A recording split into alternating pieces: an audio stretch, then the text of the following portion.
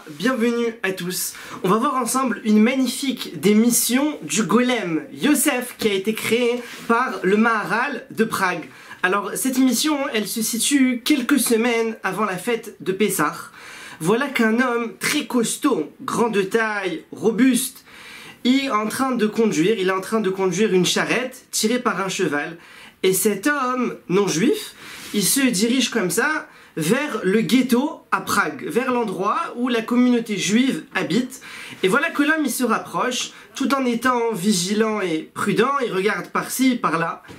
Et arrivé au ghetto, il demande aux gens où est la maison de Mordechai Wiesel. Alors les gens, ils le regardent, et les gens ils lui donnent, il lui dit tu continues telle rue à droite, à gauche, il continue à la prochaine rue, elle est où la maison de Mordechai Wiesel, le riche de votre communauté? Au fond de la rue, continue tout ça, et il avance. Alors les gens, ils se doutaient pas du tout du complot que cet homme il était en train de cacher, cet homme qui était bouché. Et dans sa charrue, il avait à l'arrière un davar acher. Un davar acher, c'est du porc. Pour éviter de dire ce nom-là, alors on appelle ça davar acher, l'autre chose. Maintenant, les gens, ils se doutaient pas, puisque Mordechai Wiesel, c'était un des hommes les plus riches des juifs de la communauté de Prague, et il faisait beaucoup de chesed, beaucoup de bonté, non seulement envers les juifs, mais aussi envers les non-juifs.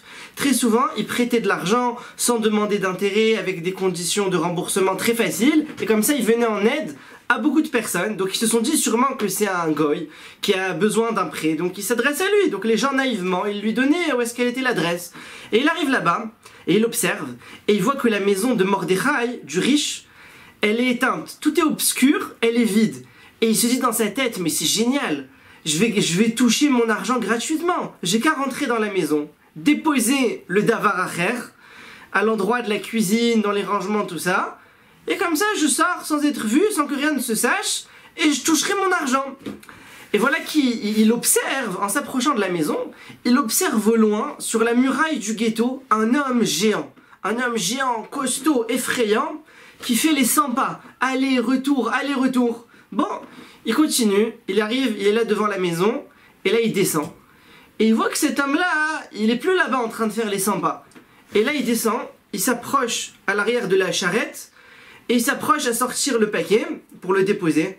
Et voilà que tout d'un coup, sorti de nulle part, comme s'il apparaissait de la terre, devant lui le géant, effrayant, imposant. Et il était terrorisé, pétrifié. Et voilà que le géant, sans demander ni qui tuer, ni quoi que ce soit, il sort de sa poche un grand foulard, il lui attache autour du cou pour l'empêcher de crier. Et alors lui est complètement terrorisé. Et là, le géant, il le prend et il s'apprête à le mettre dans la charrue, à côté du paquet du davar acher. Et alors là, lui, il reprend un peu ses esprits, et lui aussi, il était très costaud, et il dit, attends, je vais quand même réagir, je vais pas me laisser faire. Et il essaye. Mais tout ce qu'il essaye, l'homme en face de lui, il lui rend x2, x4, x10. Et voilà qu'il était rempli de sang, complètement ensanglanté, et il le jette dans la charrette, et il l'attache au davar acher. Il prend un truc, il l'attache très fort au davar acher dans la charrette. Alors vous devinez que ce géant robuste et effrayant, c'est ni plus ni moins que le golem Yosef, le golem que le Maharal de Prague il a créé. Et voilà que le golem, il monte à l'avant de la charrette, il prend les rênes du cheval et il fait partir le cheval.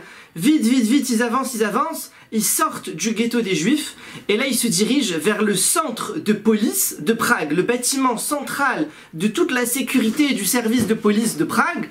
Et il arrive là-bas et arrivé devant, il descend, le golem descend, il saute par-dessus une clôture et il attend de voir est-ce que tout se passe comme il avait prévu. Et voilà qu'il y a la charrette avec le davar acher et le boucher attaché, ensanglanté, et le cheval devant le bâtiment. Et voilà que du bâtiment de police, c'était déjà la nuit, il faisait déjà pleine nuit, et du bâtiment de police sortent 2 policiers pour entamer leur garde, armés jusqu'aux dents pour commencer à faire leur patrouille. Et voilà qu'ils remarquent tout de suite cette charrette abandonnée, et ils entendent qu'ils viennent de la charrette des cris, aïe, des souffrances, de l'aide. Et ils s'approchent vite, ils tendent l'oreille, d'où ça vient de la charrette. Ils s'approchent de la charrette, et là ils voient tout de suite le boucher ensanglanté, attaché. Alors il commence à le détacher, mais qui tu es? Qu'est-ce que tu fais ici? C'est quoi cette charrette? Et lui, au lieu de les répondre, il éclate en sanglots. Oh, appelez un docteur, je suis en train de mourir. Alors ils voient qu'il n'y a pas le choix, ils font vite venir un docteur, les autres policiers sont alarmés, et le chef de police qui sort du bâtiment pour voir ce qui se passe. Et là, le docteur il vient, il lui fait un bandage, tout ça, il le calme, boit un verre d'eau. Alors qu'est-ce que tu fais ici? Qui tu es? Alors là, il reprend ses esprits, il leur dit « Écoutez, je suis un boucher, je suis un gentil monsieur boucher, je travaille honnêtement, je gagne ma parnassa de façon correcte, et là je m'apprêtais à livrer ce davar acher, et ils doivent déjà m'attendre dans l'auberge, là où je devais livrer, ils doivent être affamés, il faut que j'y aille vite. » Et là tout d'un coup, sorti de nulle part, un géant complètement fou, qui est venu et qui a commencé à me frapper, qui est venu avec la charrette et le cheval, jusque là il est parti, il s'est sauvé, complètement fou. Alors les policiers le regardent, et là il leur dit il faut absolument que j'aille le livrer, merci beaucoup pour votre aide, j'y vais. Là le chef de police, il l'arrête, il lui dit qu'est-ce que tu fais? Où tu vas comme ça? Attends, on va fouiller ta charrette, c'est pas normal cette histoire, on va fouiller ta charrette. 2 hommes fouillent la charrette. Ils montent 2 hommes sur la charrette, commencent à fouiller, rien du tout, il y avait juste le davar acher. Et là, ils font un signe comme quoi, rien du tout. Alors le boucher est tout joyeux, vous voyez qu'il n'y avait rien, laissez-moi partir. Et là, le chef de police, suspect, regardez, soulevez le davar acher, regardez ce qu'il y a en dessous, retournez-le. Et là, le boucher, il devient vert, il devient pétrifié, il savait plus quoi dire. Et là, les 2 policiers, ils soulèvent le davar acher, c'était un gros davar acher, ils le soulèvent, et voilà que tout d'un coup, qu'est-ce qu'ils découvrent en dessous? Un talit juif. Un talit juif, avec les tzitzit. Et dedans, une forme. Tout de suite, ils ouvrent le talit, et ils trouvent dedans le corps d'un enfant, complètement stupéfait. Et le chef de police qui crie au boucher « Tueur, assassin, on va t'arrêter !» Tout de suite, ils lui mettent les menottes, ils l'emmènent au poste pour le contrôler. Et lui, il commence à transpirer, à ne plus savoir quoi dire, ils arrivent là-bas au poste. « Qu'est-ce que tu fais? Raconte-moi tout de suite !» Je commence à le menacer, à lui mettre pression, et sous la pression, il cède tout de suite, et il leur dit « Écoutez, je vais vous dire la vérité.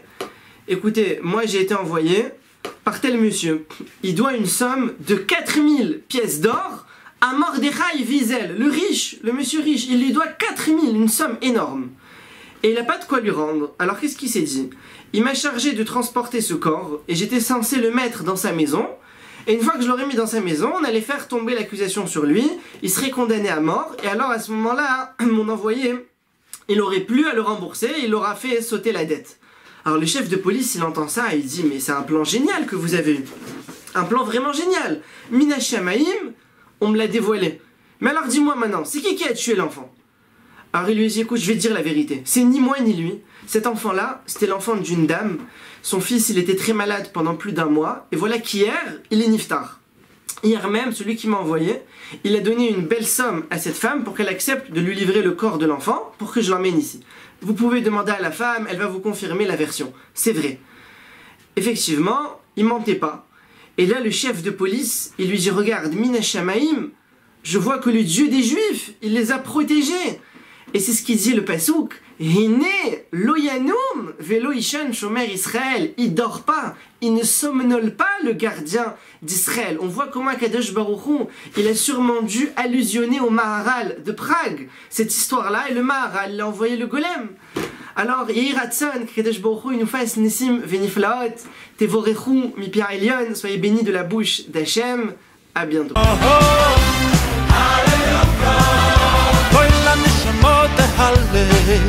Koil la nishmot hallel, kol